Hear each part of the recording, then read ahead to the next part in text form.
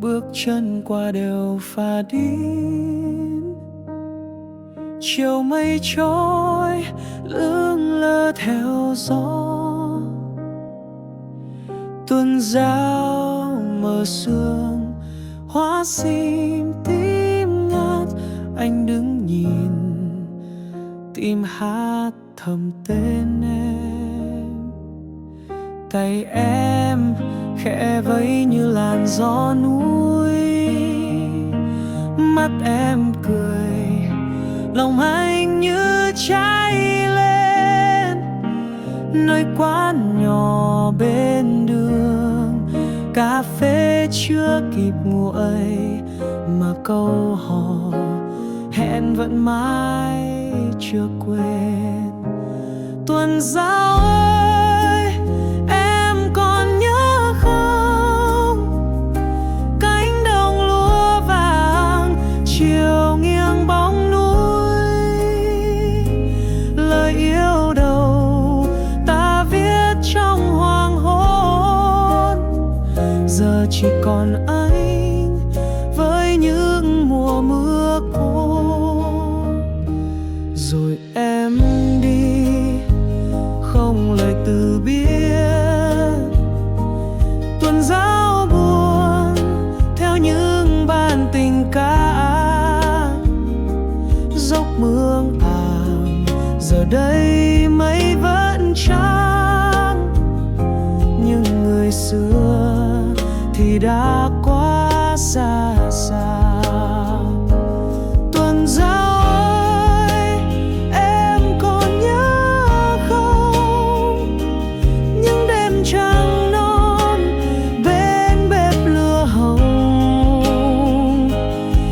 chuyện đời ta kể nhau nghe mãi, mà đời thì trôi như suối vắng mùa đông. Nếu một mai em trở về lối cũ, anh vẫn chờ dù chỉ một ánh nhìn. Dưới rừng thông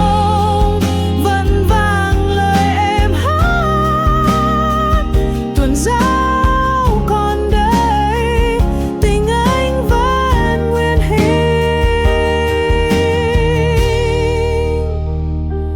Tuần Giao ơi, em còn nhớ không?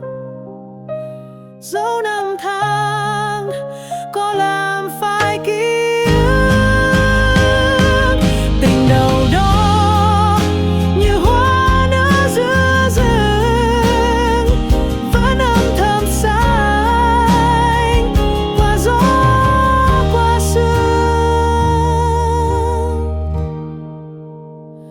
Tuần Giao chiều buông, lòng anh vẫn hát. Em còn nhớ không? Em còn nhớ không?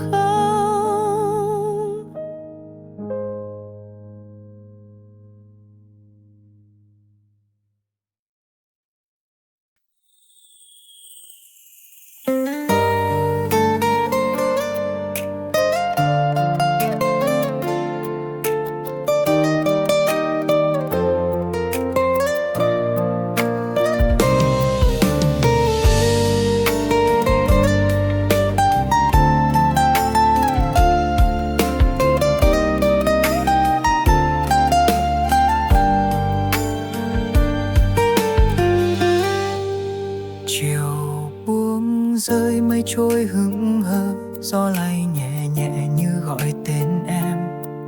Quen quen xưa ly cà phê cũ, anh ngồi đấy mà lòng mãi xa xăm.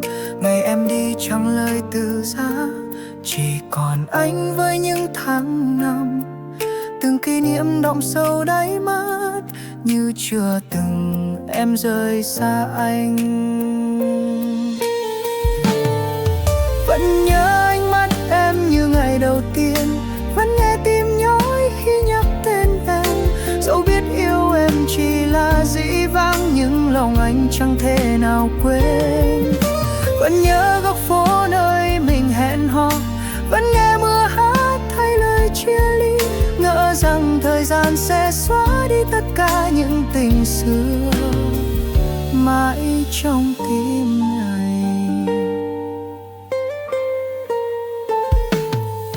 Bạn bè anh ai cũng nói rằng thôi đừng đau tình yêu thế thôi. Nhưng mỗi đêm khi lòng trống vắng, anh lại mơ thấy em quay về. Có bao giờ em cũng như anh, lặng nhìn mây rồi buồn ra tim. Một lần thôi nếu được nói lại rằng anh vẫn còn yêu em.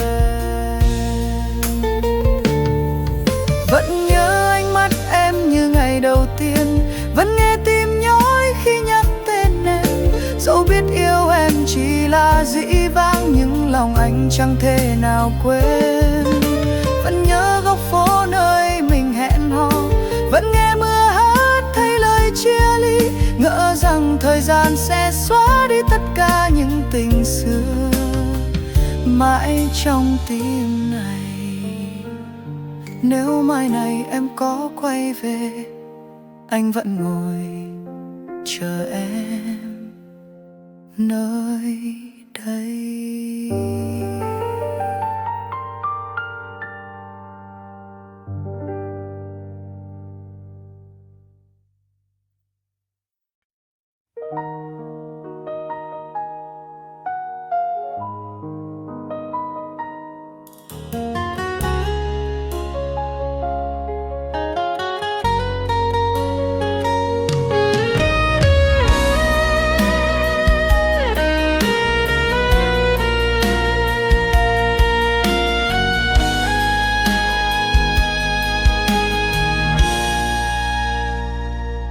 Căn phòng trông 4 bức tường lặng im, chiếc ghế sofa vẫn còn in dáng em.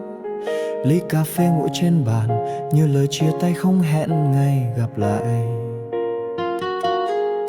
Tiếng mưa rơi ngoài hiên vắng gọi tên em trong cô đơn hoang hoái. Bước chân đi vội vã nào ngờ để căn phòng này thầm thì nỗi đau. Và anh ngồi đây giữa mênh mông ký ức, nghe tiếng cười em vỡ tan trong gió. Căn phòng trống lời yêu cùng trống không, chỉ còn bóng đêm ôm lấy nỗi nhớ. Là tiếng thì thầm trong căn phòng trống vắng, là hơi ấm xưa giờ hóa thành sương tan. Anh gào lên một câu hát câm lặng mà nghe tim mình đau nhói từng cơn. Là tiếng thì thầm của những ngày đã mất, là chiếc gối ôm vẫn còn mùi tóc em. Căn phòng trống sau đây tiếng nói cười chỉ là ảo giác giữa hiện thực đắng cay.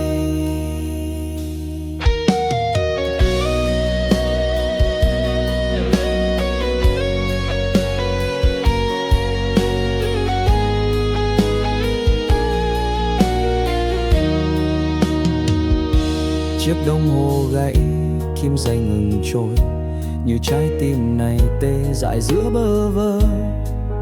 Tấm hình chung vội gập đổi, nửa anh cô độc, nửa em xa rồi. Bức thư tình chưa kịp gửi, giấy nhâu nát dưới chân giường lạnh giá. Anh nghe từng hạt bụi rơi, kể chuyện tình mình dở dang mà thôi. Và anh đứng đây giữa hoang hoài mịt mù, chạm tay vào bụi trên kệ sách xưa.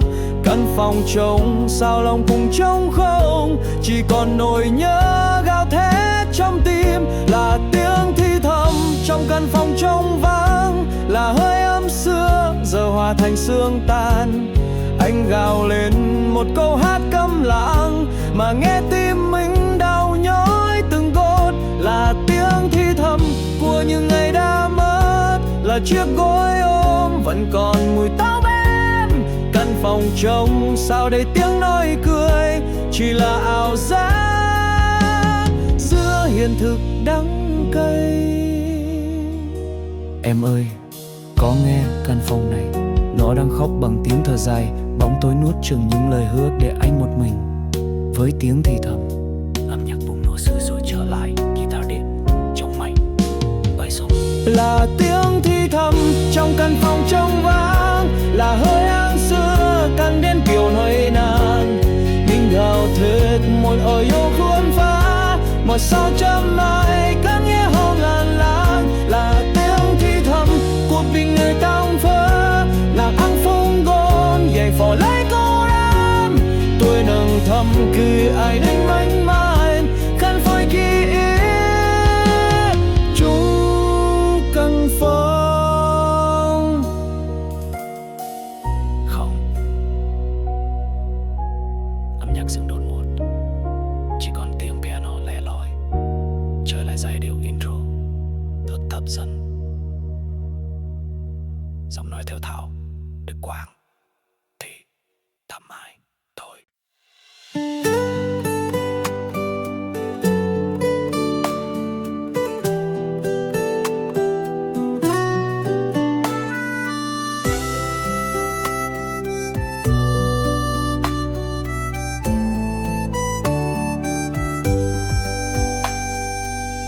Tuần giáo chiều rơi mây trôi lặng lẽ, con dốc nghiêng nghiêng bóng em qua đồi. Từng bước chân ái như làn gió khẽ gieo vào tim anh một thoáng bồi hồi. Ngày ấy em cười bên triền hoa trắng, mắt biếc long lanh như giấc mơ đầu. Anh đứng lặng thinh nghe hồn sao động, tuần giáo dịu dàng ta đã gặp nhau. Tuần giáo ơi nhớ qua ngày xưa ấy, nắng vàng nghiêng rơi trên mái tóc mềm.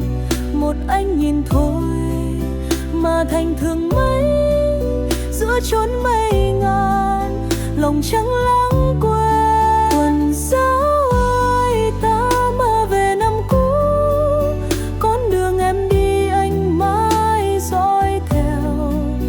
Bao mùa trôi qua tình còn ấp u, tuần giáo ngày xưa nơi trái tim yêu.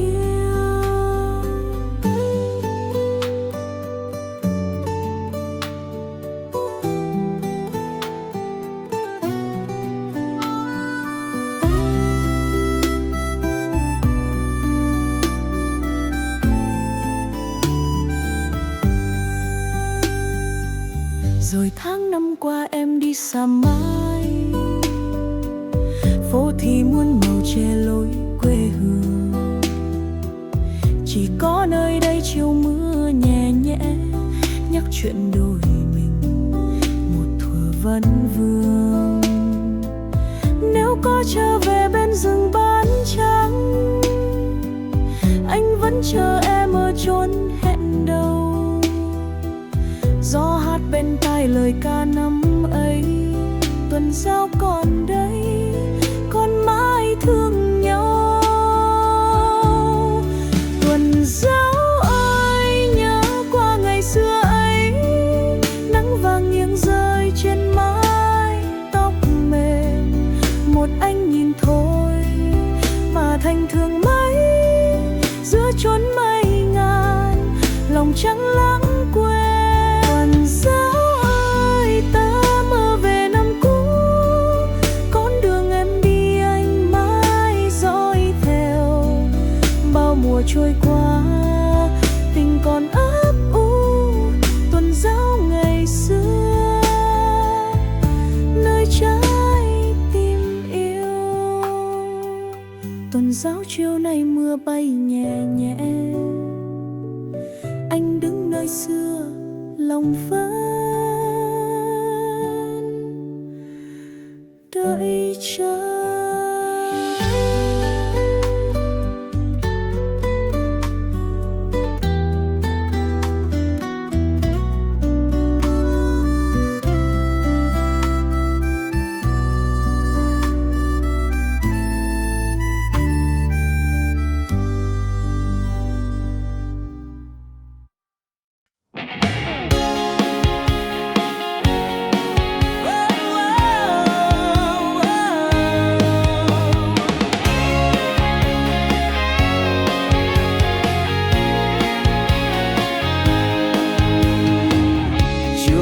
những chuyện để cũ gió hát lời xưa quen thuộc.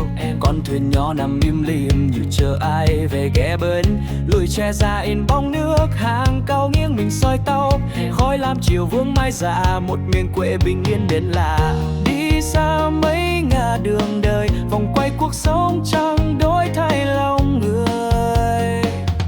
Nghe trong gió vọng tiếng gọi một nơi chốn ấy, về thôi. Về với nơi dòng sông uốn khúc, nơi thời gian như ngừng trong mắt. Dấu phong ba dấu bụi đường phủ kín, chốn ấy bình yên ấm áp giấc mơ xưa. Về với nơi dòng sông uốn khúc, nơi lòng ta tìm về bến đô. Dấu mòn gót chân trên lối đi muôn nẻo, chốn ấy vẹn nguyên là nhà khi ta mỏi bước.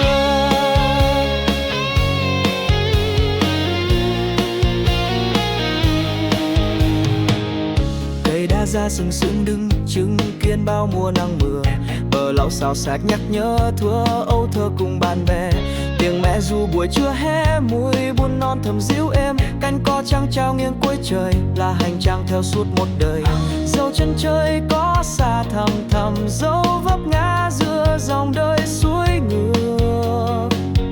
Vẫn nghe gió tiếng thì thầm một nơi chốn ấy đợi mong. Về với nơi dòng sông uốn khúc, nơi thời gian như ngừng trong mắt. Dấu phong ba dấu bụi đường phủ kín, chốn ấy bình yên ấm áp giấc mơ xưa. Về với nơi dòng sông uốn khúc, nơi lòng ta tìm về bến đô.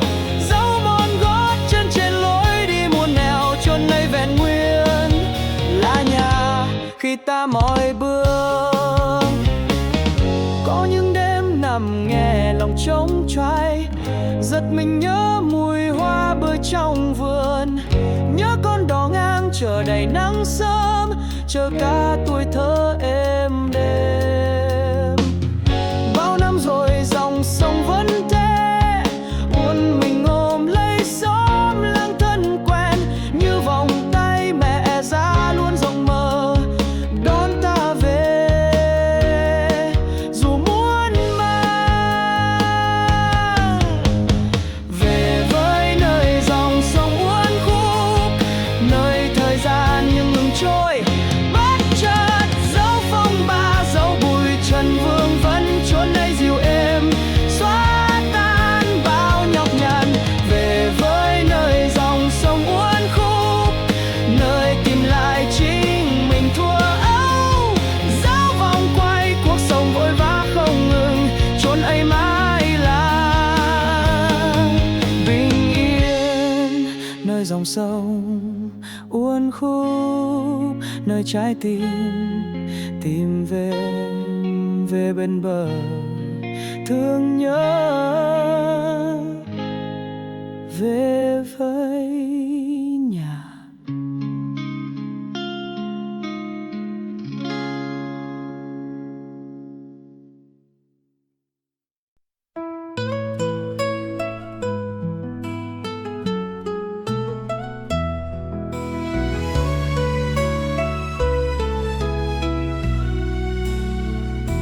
Giặc bạc chiều ấy mây bay, mình tay trong tay giữa trời mây ngàn. Phố núi dịu êm sương răng trắng lối, lặng nghe con tim nói lời yêu thương. Đôi trời xanh thắm chân mây, ánh mắt em cười lòng anh ngất ngây. Bản làng xa xa khen ai tha thiết, tựa như tình ta chẳng thể phai mờ. Đôi trời xanh thắm chân mây, ánh mắt em cười lòng anh ngất ngây. Bản làng xa xa khen ai tha thiết, tựa như tình ta chẳng thể phai mờ.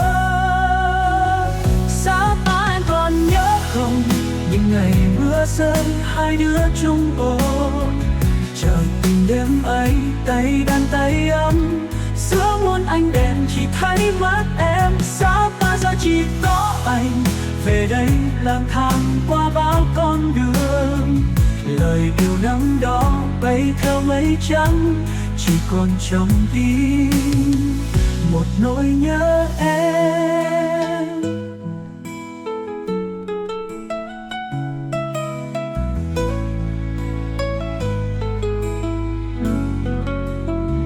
Thác bạc giờ vắng không em, chỉ còn tiếng gió gọi thầm tên ai. Ruộng bậc thang in dấu chân ngày cũ, mỗi bước quay về lòng lại chơi vơi. Biết em giờ đã xa xôi, một nghìn yêu dấu hóa mây trời trôi. Mùa hoa măng trắng nở bên triền núi, có ai đứng chờ như anh khi xưa. Sapa em còn nhớ không, những ngày mưa rơi hai đứa chung ôm. Chờ từng đêm ấy tay đan tay ấm, giữa muôn ánh đèn chỉ thấy mắt em. Sapa giờ chỉ có anh, về đây lang thang qua bao con đường. Lời yêu năm đó bay theo mây trắng, chỉ còn trong tim một nỗi nhớ em.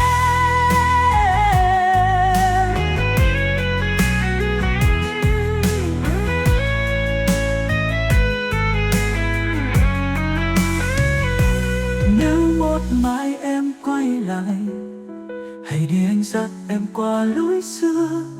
Dẫu thời gian trôi tình anh vẫn thế. Sapa em ơi đừng quên ngày nào. Sapa em còn nhớ ngày mưa rơi hai đứa chung ôm. Chờ tình đêm ấy tay đan tay ấm, giữa muôn ánh đèn chỉ thấy mắt em. Sapa giờ chỉ có anh, về đây lang thang qua bao con đường. Lời yêu năm đó bay theo mây trắng, chỉ còn trong tim một nỗi nhớ em. Nếu một mai em quay lại, hãy để anh dắt em qua lối xưa. Dẫu thời gian trôi tình anh vẫn thế. Sapa em ơi đừng quên ngày nào.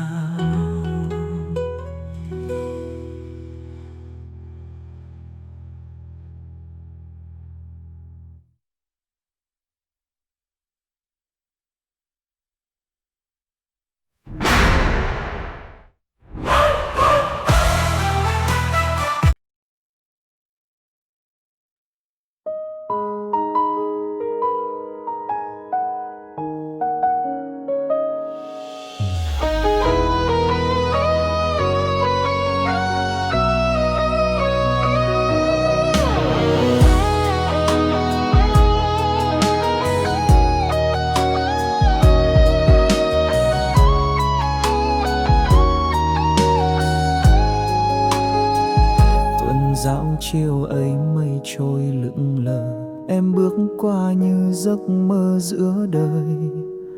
Gió đưa hương tóc em bay nhẹ nhàng, lòng anh bỗng thấy yêu thương ngỡ ngàng. Đồi núi xanh ngát mây phủ quanh năm, nụ cười em như nắng mai trong ngân. Ánh mắt trao nhau chẳng cần lời nói, mà con tim cứ mãi khắc tên em.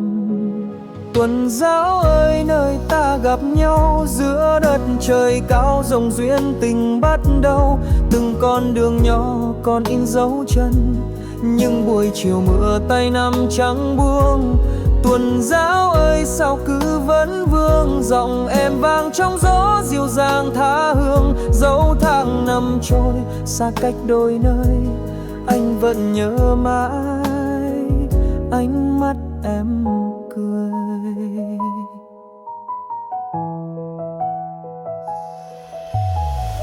Chiều nay trở lại phố xưa mưa bay, chợt nghe lòng tiếc nuối những tháng ngày. Dẫu em giờ đã xa nơi chân trời, tình anh vẫn đợi, vẫn thương một người. Có hay không em còn nhớ phút giây, bên suối reo ta hát khúc ca này. Giữa đất trời Tây Bắc bao la, tình yêu anh vẫn thiết tha mặn mà. Tuần giáo ơi nơi ta gặp nhau, tựa như định mệnh chẳng thể đổi màu. Dẫu không còn em bên cạnh hôm nay, anh vẫn nguyện yêu đến cuối tháng ngày.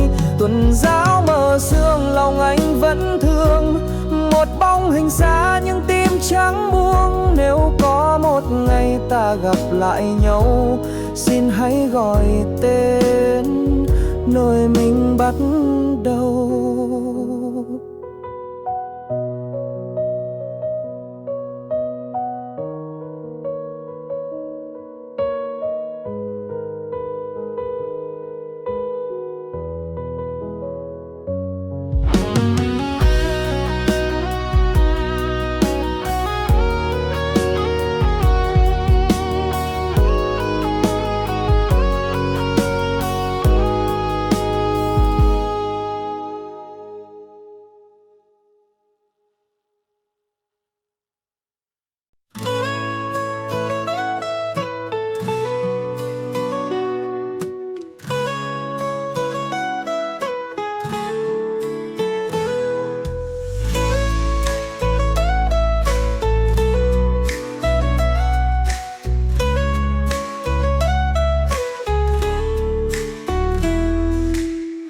Sớm mai mây trắng bay ngang đồi, chân em bước nhẹ theo khói sương trôi.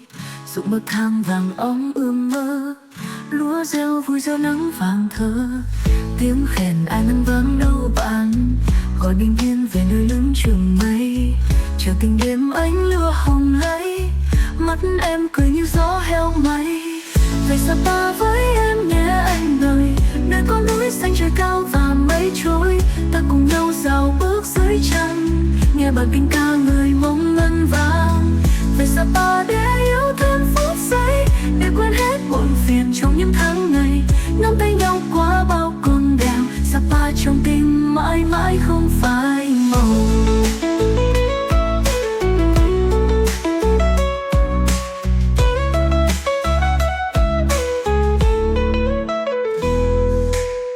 Chiều bông rơi bên đảo Ô Quy Hồ, gió như hát khúc tình ca ngẩn ngơ. Bàn cắt cát em nghiêng vành non, nét hồn nhiên dưới đất trời son. Thắm có thơm bên bếp lửa hồng, câu chuyện xưa vẫn đượm trong mến nồng. Một lần đến lòng chẳng muốn xa, Sapa ơi em chính là nhà. Về Sapa với em nhé anh ơi, nơi có núi xanh trời cao và mây trôi. Ta cùng nhau dạo bước dưới trăng, nghe bản tình ca người mong ngân vang. Về Sapa để yêu thêm phút giây, để quên hết muộn phiền trong những tháng ngày. Nắm tay nhau qua bao con đèo, Sapa trong tim mãi mãi không phai màu. Miền Sapa lặng im gió khẽ ru, lời thì thầm như khúc hát lời thu. Giấc mơ em là mái nhà vùng cao, có anh về cùng bước qua bao ngọt ngào.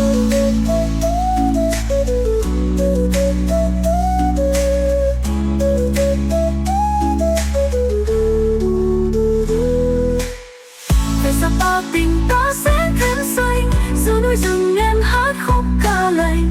Anh đừng quên hẹn ước hôm nay, Sapa đợi ta một sớm mai này.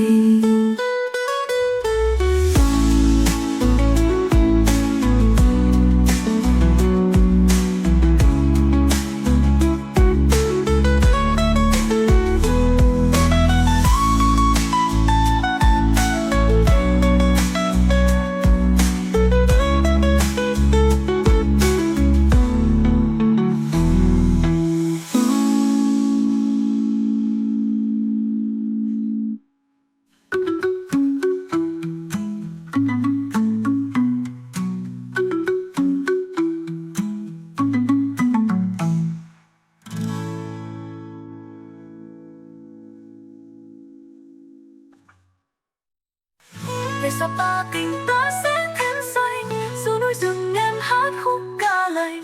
Anh đừng quên hẹn ước hôm nay, Sapa đợi ta một sớm mai này.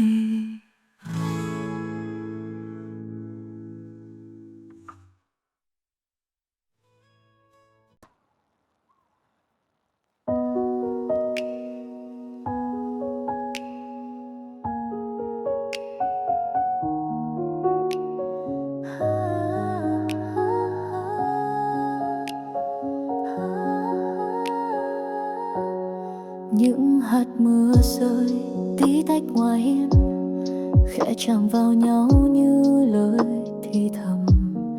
Ngày nắng dịu dàng chợt những chỗ cho màn đêm, nhưng trong tim em ánh sáng vẫn âm thầm.